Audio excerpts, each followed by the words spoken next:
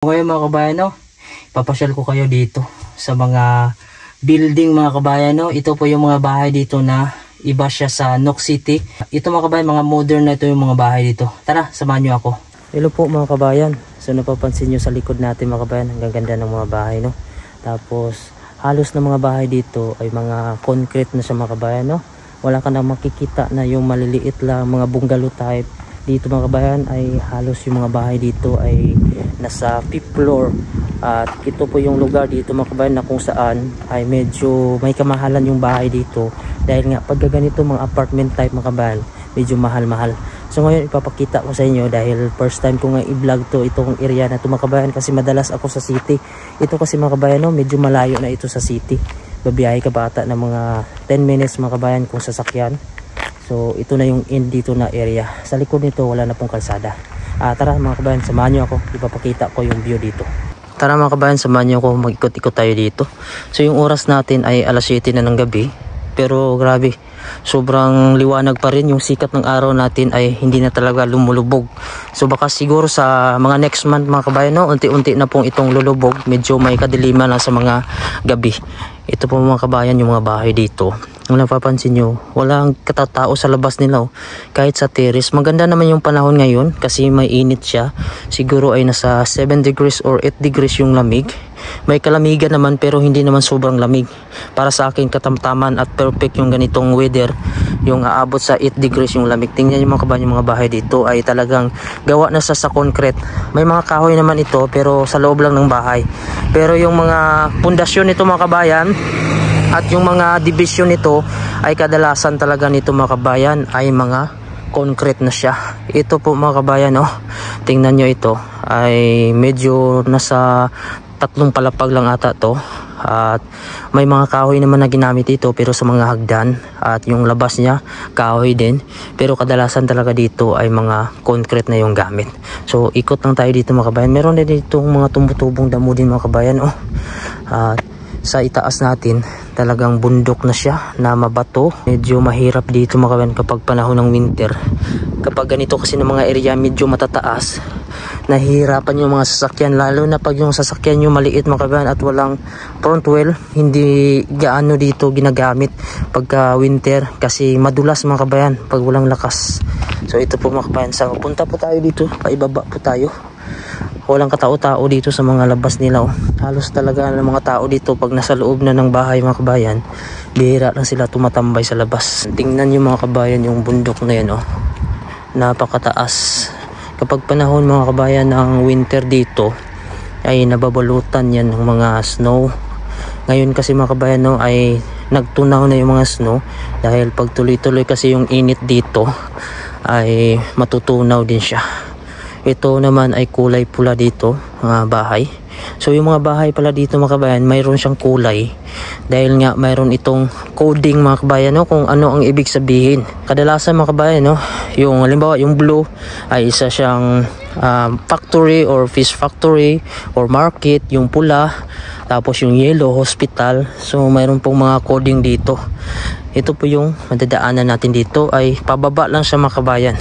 Kaya may iisip mo dito kapag panahon na ng winter, pag naglalakad ka dito, kailangan mong mag-ingat dito kapag wala ka pong winter spike, yung nilalagay po sa sapatos.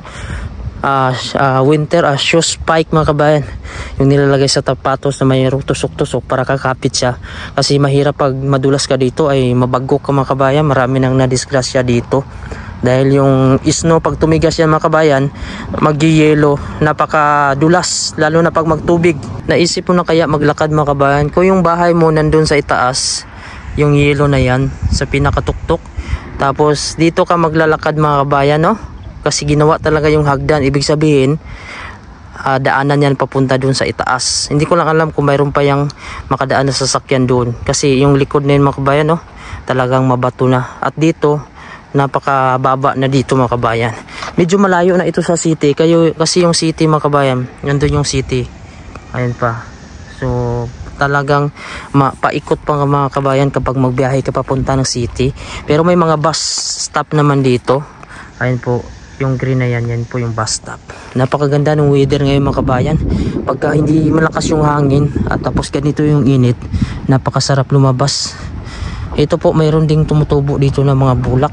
So sino pong kabisado kung ano pong pangalan nitong bulak na ito? Ito naman ay violet. Ito ba yung sinasabi ko na mayroong violet or purple? Yan po, iba naman yung yellow kasi mga kabayan, no? Dandalayo naman yun. Ito violet na naman siya, oh, ang kulay. Ayan. So dito mayroon ding bahay dito mga kabayan sa ibaba, no? So bibisitahin din natin to. Ikotin lang natin para may idea kayo mga kabayan, no, na yung mga bahay sa Greenland ay hindi lang po puro kahoy, kundi mayroon din ditong concrete na mayroong taglimang palapag. Yung iba dito na nakita ko na pinakamataas, mayroong 10 palapag ata mga kabayan. So ito na yung mga modern na ginagawa ngayon dito sa Greenland dahil hindi na nga kasya mga kabayan dun sa city, lalo na yung mga bungalow type ng mga bahay. Isang pamilya lang kadalasan mga kabayan, no, nagmamayari. Hindi kadalasan, hindi kagaya nito mga kabayan, no. Maraming pamilya ang makatira pagka ganitong style, tapos tipid pa sa space dahil itong lugar nila mga kabayan, malawak naman ang lugar ng Greenland. Ang problema dito ay mabato siya at mabundok. Tingnan mo ganyan mga kabayan, kapag patayuan nila ng bahay, kailangan pa nila yung pasabugan at gagastos pa sila ng ilang milyon bago yan mapatag mga kabayan, no? So ayan, napaka-imposible na yan mga kabayan kung mapatag pa nila yan kasi solid yan hanggang sa likod at imposible din na magawa ng kalsada dahil napakahirap. Ito po, mayroon po dito mga bulaklak, mayroon ding umaagos dito kasi may mga lake po ito sa undahan mga kabayan. So dito po siya umaagos hanggang dito po sa ibaba. Ayan. So tingnan nyo mga kabayan nyo, pagmasdan yung mga bahay, halos talaga dito nakatayo ay puro na po siya hanggang 3rd floor, 5th floor. So wala ka pong makikita dito na kagaya dun sa Nook City sa sentro na yung mga bahay na bungalow type. Yun po yung maganda tingnan mga kabayan, no? Gaya nito, talagang modern type na ito mga kabayan at medyo nawala na talaga yung ganda. Kasi mas gusto ko mga kabayan, no, yung bahay na color coding gaya dun sa Nook City. Ngayon mga kabayan, puntahan na naman natin itong sa ibaba banda, no. Kasi kanina mga kabayan, dun tayo galing. Ayan po. Ayan po yung mga bahay sa taas, oh. Ito po yung medyo matataas na ito mga kabayan, no. 1, 2, 3, 4, 5. Ayan. So medyo matataas na yung mga bahay dito. So dito mga kabayan, puntahan din natin. Ipakita ko sa inyo ng malapitan. Ito yung madadaanan natin dito, oh. May mga damo, tapos mayroon din ditong mga bulaklak na tumutubo sa gilid. So dito tayo sa highway mga kabayan, no? Pero malayo na po ito sa city. Dito sa lugar na ito mga kabayan, medyo tahimik ito dito. Kasi nga sa city kasi mga kabayan, medyo crowded doon na yung tao pagka maglabasan na din. At saka maraming mga bata din ang naglalaro sa labas. Pero pag dito mga kabayan, no, bihira lang. Tingnan nyo yung likod, bundok na mga mabato. Ayan po. So ito po yung mga bahay dito. Gaya lang din ito mga kabayan sa mga ginagawa naming project. Yung mga building ay halos na sa matataas na. Hindi naman siya sobrang taas mga kabayan, no? Pero dito kasi sa Greenland mga kabayan, kapag yung bahay dito umabot na sa mga 3rd floor, 4th floor, ay mataas na sa kanila. Yung kadalasan na mataas dito ay nasa 10th floor lang po yung nakita ko. Ito mga kabayan, ito ay mataas na to sa kanila at mga apartment type na to mga kabayan at modern na. Sa inyo mga kabayan, kung papapiliin kayo, ano po yung mas maganda tingnan? Yung dating mga bahay sa Nook City, yung mga makukulay na maliliit lang, o yung ganito mga kabayan, no, na mga building, apartment. Ang advantage nito ay marami po ang maka-occupied mga kabayan. Hindi po ang maganda lang ito mga kabayan, marami ang maka-occupied. Hindi po kagaya nung tagi-isang bahay ay malaki po yung space na kakainin. Sa pagpapatayo pa lang mga kabayan ay medyo mahal na dito at magastos po. Kaya kadalasan ng mga tao dito mga kabayan, no, nagre-rent lang sila dito ng bahay. Bihira lang po ako dito nakaalam na may mga sariling bahay. Kadalasan dito mga kabayan, pag may sariling bahay sa kanila ay mayaman na daw. Kaya tingnan nyo mga kabayan, no, ang paligid natin dito, mayroon pang space dito. Ayan, napakaganda po dito. Medyo tahimik lang talaga to dito banda mga kabayan sa lugar na ito. Wala ka talagang magkikita dito ng mga basura mga kabayan, no, na tinatapon-tapon lang sa gilid. Talagang napaka-disiplinado ng mga tao dito. Hindi po sila mahilig magtapon dito sa mga kalsada. Kasi dito mga kabayan, mayroon namang mga basurahan. Halos mga bahay nito mga kabayan, may kanya-kanya silang basurahan. Kaya yung mga tao dito ay talagang pinapanatili talaga nila yung kalinisan ng lugar nila. Yan, kung napapansin nyo dito, medyo ito na po yung dulo kasi yung mga kabayan, dagat na yan sa unahan na yan. Ito po dito yung lugar na ito, yung bahay na to, medyo tahimik, walang katao-tao man lang mga kabayan, no? Yung parking nila dito lang sa kabila. Yan, ito po yung mga street dito. Tingnan nyo po kung gaano po tahimik dito. Ayan. So walang katao-tao sa labas. Ako lang po dito yung naglalakad mga kabayan. Wala po tayong nasasalubong. Ayan o, yung mga terrace nila o. Walang tumatambay. Walang may nag-uusap. Ayan. So dito mga kabayan, marami namang sasakyan dito. Pero hindi mo akalain na may mga tao pa sa loob. Kasi nga wala namang nakatambay sa mga terrace. Dito mga kabayan na area, medyo busy dito yung mga sasakyan. Kasi itong lugar na ito mga kabayan, ito yung main mga kabayan, main road na yan, papunta po sa city. Ayan po yung pabalik din. So isang road lang po ang papunta sa city at yung pabalik mga kabayan, isang road lang din po. Bali, may papunta mga kabayan at pabalik, dyan lang sila dumadaan. At ito naman yung mga papasok dito sa mga bahay na to. Kaya mga kabayan, no, kung titingnan nyo, medyo busy talaga dito na lugar na ito. Kasi nga wala pong access dito na area papunta sa city, kundi ito lang po yung main. Ayan mga kabayan, no, tingnan nyo yung bahay dito. Halos mga concrete na yung mga ginagawa ng mga bago ngayon. Parang unti-unti nang nawawala yung mga lumang bahay mga kabayan, no? Yung mga makukulay na mga bungalow type lang.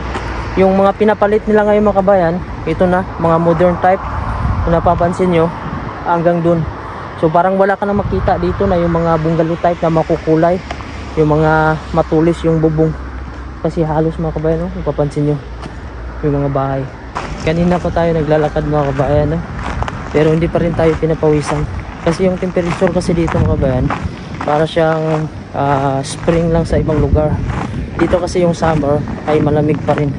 Kaya gusto ko dito mga kabayan, ang summer ang gusto ko dito sa Greenland. Kasi pag winter dito napakalamig, mahirap paglakad dito.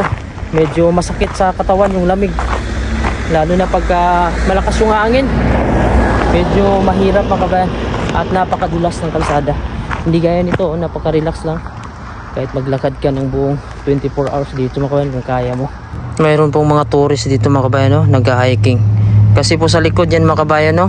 One po yan dyan. Pwede mag-hiking po sa likod. Ayan po, mga tourist. Ngayon ay pabalik na tayo doon sa Nook City. Samahan nyo ako, ipapakita ko din mga kabayan kung gaano ba kalayo at kung ano po yung madadaanan natin mula dito mga kabayan, no? Ito po yung King Korpot. Ito na po yung dulo ng Nook City. Tapos kung ano ba ang madadaanan natin papunta doon sa Nook City. Tara, samahan nyo ako. Ito mga kabayan, no? Napakaganda ng mga bahay dito. Napakaaliwalas. Grabe yung init mga kabayan. Alas 10 na lang gabi dito pero grabe ang liwanag. Maganda din naman itong mga bahay na ito mga kabayan, no? Pero mas gusto ko talaga yung kulay ng mga bahay na sinauna. Yung doon sa Nook City, yung matutulis yung mga bubong mga kabayan, mga bungalow type lang siya. Kumpara dito. Kasi makakuha na to kasi mga kabayan, no? Mga modern type kasi ito. Ayan yung langit natin, no? Napakalinis. Sign na hindi uulan kasi yung ulap natin hindi makapal. Blue na blue.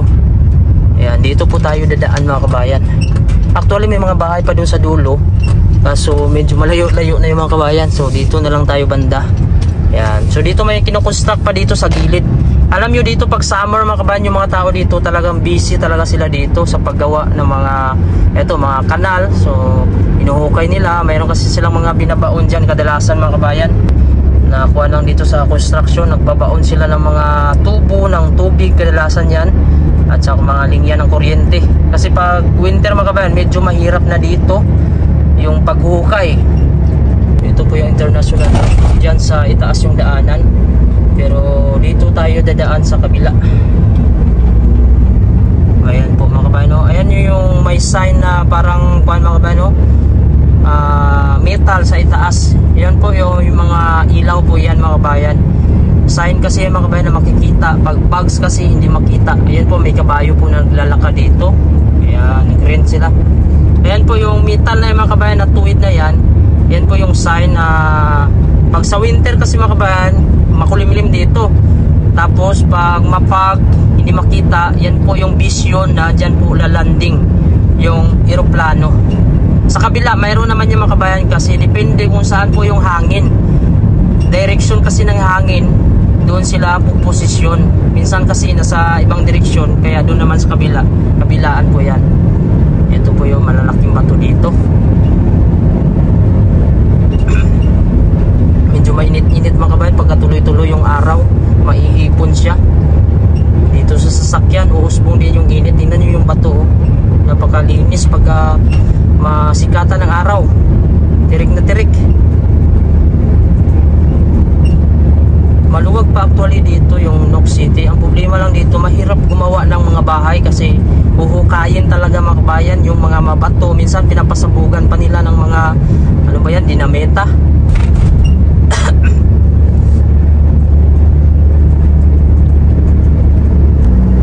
Ayan mga kabayan, napakaganda po ng langit. May mga konting ulap po siya at blue na blue mga kabayan. Ayan po yung bus na sasakyan mo kapag ikaw po ay magbabiyahe, wala kang sasakyan. Ito po yung lake dito mga kabayan. Pagka panahon po ng winter ay tumitigas po at dyan po kami nag-i-skiing minsan, naglalaro kami dyan kasi nag-iilo yan dyan mga kabayan pag winter dahil sa sobrang lamig.